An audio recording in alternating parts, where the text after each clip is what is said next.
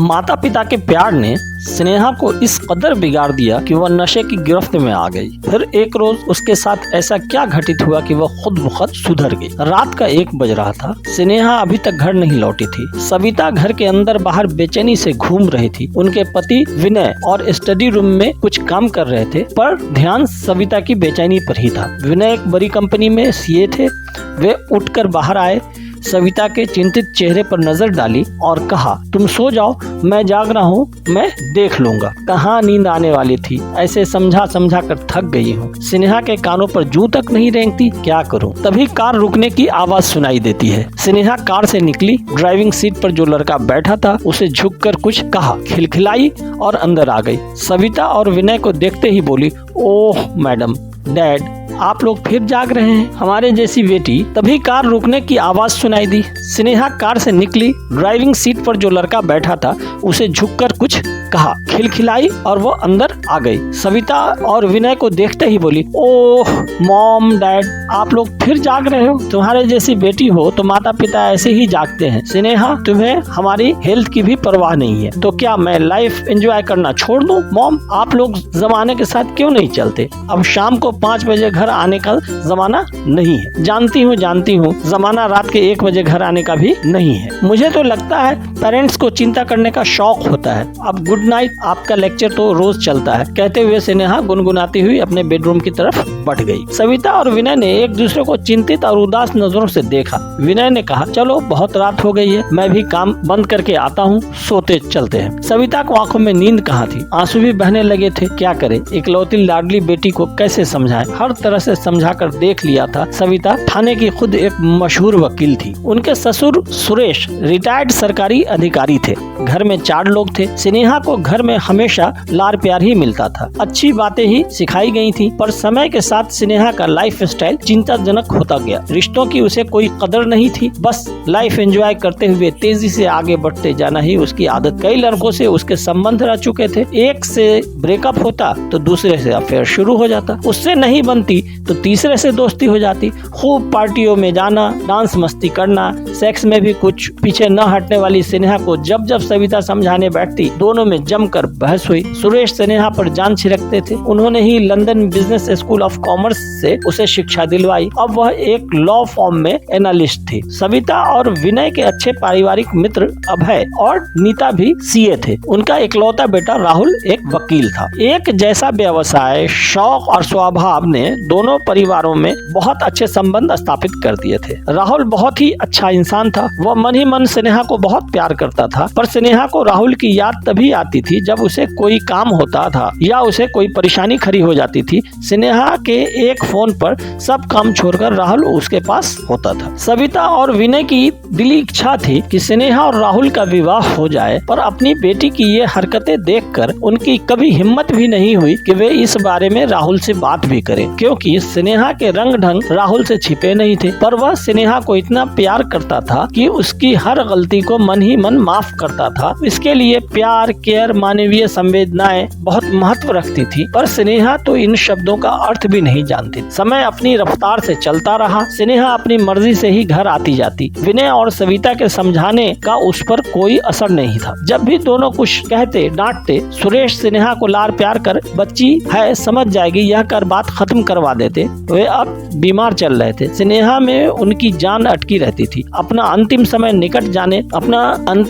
निकट जान उन्होंने अपना अच्छा खासा बैंक बैलेंस अब स्नेहा के नाम कर दिया था। एक रात सुरेश सोए तो फिर नहीं जागे। तीनों बहुत रोए, बहुत उदास हुए। कई दिनों तक रिश्तेदारों और परिजनों का आना जाना लगा रहा। फिर धीरे धीरे सबका जीवन सामान्य होता चला गया। स्नेहा अपने पुराने ढर्रे पर लौट आई। वैसे भी किसी भी बात को, किसी के रिश्ते को गंभीरता पूर्वक लेने का उसका स्वभाव था ही नहीं। अब तो वह दादा के मोटे बैंक बैलेंस की मालकिन थी। इतना खुला पैसा हाथ में आते ही अब वह और आसमान में उड़ रही थी। सबसे पहले उसने माता पिता को बिना बताए एक कार खरीद ली। सविता ने कहा, अभी से क्यों खरीद ली, हमें बताया भी नहीं। मॉम, मुझे मेरी मर्जी से जीने दो, मैं लाइफ एंजॉय करना चाहती हूँ। रात में मुझे कभी कोई छोड़ता है, कभी कोई। अब मैं किसी पर डिपेंडेंट नहीं करूँगी। दादाजी मेरे लिए इतना पैसा छोड़ गए हैं, मैं क्यों अपनी मर्जी से ना जीऊं? विनय ने कहा, बेटा अभी तुम ड्राइविंग सीखने में टाइम लगेगा, पहले मेरे साथ कुछ प्रैक्टिस कर लेती। अब खरीद भी ली है तो प्रैक्टिस भी हो जाएगी, ड्राइविंग लाइसेंस भी बन गया है, आप लोग रिलैक्स करना सीख लें प्लीज। अब तो रात में लौटने का स्नेहा का टाइम भी नहीं था, कभी भी आती कभी भी जाती। सविता ने देखा था वह गाड़ी बहुत तेज चलाती है, उसे टोका, गाड़ी की स्पीड कम रखा करो, मुंबई का ट्रैफिक और तुम्हारी स्पीड बहुत ध्यान रखना चाहिए। Mom I love speed, I love driving, मैं यंग हूँ, तेजी से आगे बढ़ने में मुझे मजा आता है, पर तुम मना करने के बावजूद भी पार्टी में ड्रिंक करने लगी हो। मैं तुम्हें समझाकर थक चुकी हूँ, ड्रिंक करके ड्राइविंग करना कहाँ की समझदारी है। किसी दिन वो खामोश हुआ। मॉम मैं भी थक गई हूँ आपकी बातें सुनते सुनते, जब कुछ होगा देखा जाएगा। पैर पटकते हुए स्नेहा कार की चाबी उठाकर घर से निकल गई। सविता सिर पकड़कर बैठ गई। बेटी की हरकतें देख वे बहुत तनाव में रहने लगी थी। समझ नहीं आ रहा था बेटी को कैसे सही रास्ते पर लाए। एक दिन फिर स्नेहा ने किसी पार्टी में खूब शराब पी, अपने नए बॉयफ्रेंड विक्की के साथ खूब डांस किया। फिर विक्की को उसके घर छोड़ने के लिए लड़खड़ाते हुए ड्राइविंग सीट पर बैठी तो विक्की ने पूछा,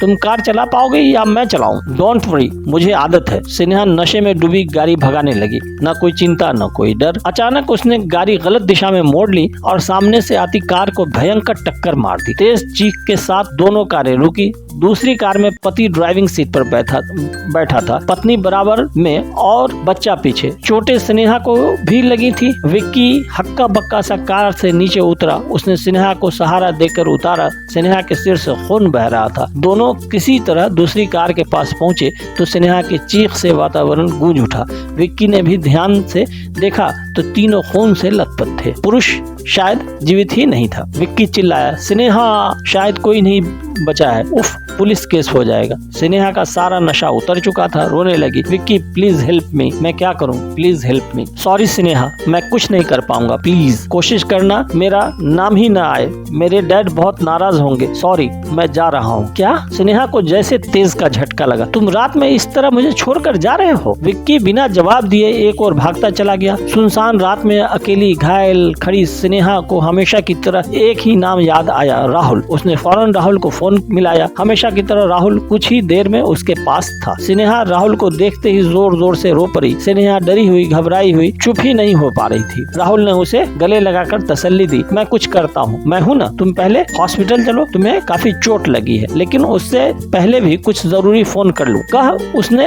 अपने एक पुलिस इंस्पेक्टर दोस्त राजीव और एक डॉक्टर दोस्त अनिल को फोन कर तुरंत आने के लिए कहा। अनिल ने आकर उन तीनों लोगों का मुआयना किया। तीनों की मृत्यु हो चुकी थी। सब सिर पकड़कर बैठ गए। स्नेहा सदमे में थी। उस पर केस तो दर्ज हो चुका था, उसे काफी चोटें भी थी, तो पहले उसे एडमिट किया गया। सरिता और विनय भी पहुंच चुके थे। स्नेहा माता पिता से नजर ही नहीं मिला पा रही थी। कई दिनों पुलिस, कोर्ट कचहरी, मानसिक और शारीरिक तनाव से स्नेहा बिल्कुल टूट चुकी थी। उसी की जिंदगी जैसे एक पल में ही बदल गई थी। हर समय सोच में डूबी रहती। उसके लाइफ स्टाइल के कारण 3 लोग असमय ही दुनिया से जा चुके थे। वह शर्मिंदगी और अपराध बोध की शिकार थी। एक एक गलती याद कर बार बार अपने माता पिता और राहुल से माफी मांग रही थी। राहुल और सविता ने ही उसका केस लड़ा, रात दिन कर एक किया। भारी जुर्माने के साथ स्नेहा को थोड़ी आजादी की सांस लेने की आशा दिखाई दी। रात दिन मानसिक दबाव के कारण स्नेहा की तबीयत बहुत खराब हो गई। उसे हॉस्पिटल में एडमिट किया गया। तभी तो एक्सीडेंट की चोटें भी ठीक नहीं हुई थी। उसकी जॉब भी छूट चुकी थी। पार्टियों के सब संगी साथी गायब थे। बस राहुल रात दिन साए की तरह साथ था। हॉस्पिटल के बेड पर लेटे लेटे स्नेहा अपने बिखरे जीवन के बारे में सोचती रहती। कार में 3 मृत लोगों का ख्याल उसे नींद में भी घबराहट से भर देता। कोर्ट कचहरी से भले ही सविता और राहुल ने उसे जल्दी बचा लिया था, पर अपने मन की अदालत से वह अपने गुनाह से मुक्त नहीं हो पा रही थी। विनय, सविता, राहुल और उसके मम्मी पापा अभय और नीता भी अपने स्नेहा से उसे सामान्य जीवन की तरफ लाने की कोशिश कर रहे थे। अब उसे सही गलत का, अच्छे बुरे रिश्तों का, भावनाओं का, अपने माता पिता के स्नेह का, राहुल की दोस्ती और प्यार का एहसास हो चुका था। एक दिन जब विनय, सविता, अभय और नीता चारों उसके पास थे, बहुत सोच समझकर उसने अचानक सविता से अपना फोन मांगकर राहुल को फोन किया और आने के लिए कहा। हमेशा की तरह कुछ ही देर में उसके पास था। स्नेहा ने उठकर बैठते हुए राहुल का हाथ अपने हाथ में लेते हुए कहा, इस बार तुम्हें किसी काम से नहीं, सबके सामने बस इतना कहने के लिए बुलाया है। I am sorry for everything. आप सब मुझे माफ कर दें और राहुल तुम कितने अच्छे हो कहकर रोते रोते स्नेहा ने राहुल के गले में बाहें डाल दी तो राहुल वहाँ उपस्थित चारों लोगों को देखकर पहले तो शर्मा गया, फिर हंसकर स्नेहा को अपनी बाहों के सुरक्षित घेरे में लेकर अपने माता पिता फिर विनय और सविता को देखते हुए बहुत दिनों बाद सबके चेहरे पर एक मुस्कान दिखाई दी। सबकी आंखों में अपनी इच्छा पूरी होने की खुशी साफ दिखाई दे रही थी। तो दोस्तों ये थी हमारी आज की कहानी। उम्मीद करता हूँ आपको पसंद आई होगी। आपका क्या कहना है इस कहानी के बारे में अपना कमेंट्स करके हमें जरूर बताइए। वीडियो को लाइक करके चैनल को सब्सक्राइब कर लीजिए, साथ में घंटी को दबाकर ऑल पर सेट कर लें ताकि आने वाली कहानी का नोटिफिकेशन आप तक जल्द पहुंच जाए। मिलते हैं अगले वीडियो में, तब तक के लिए धन्यवाद।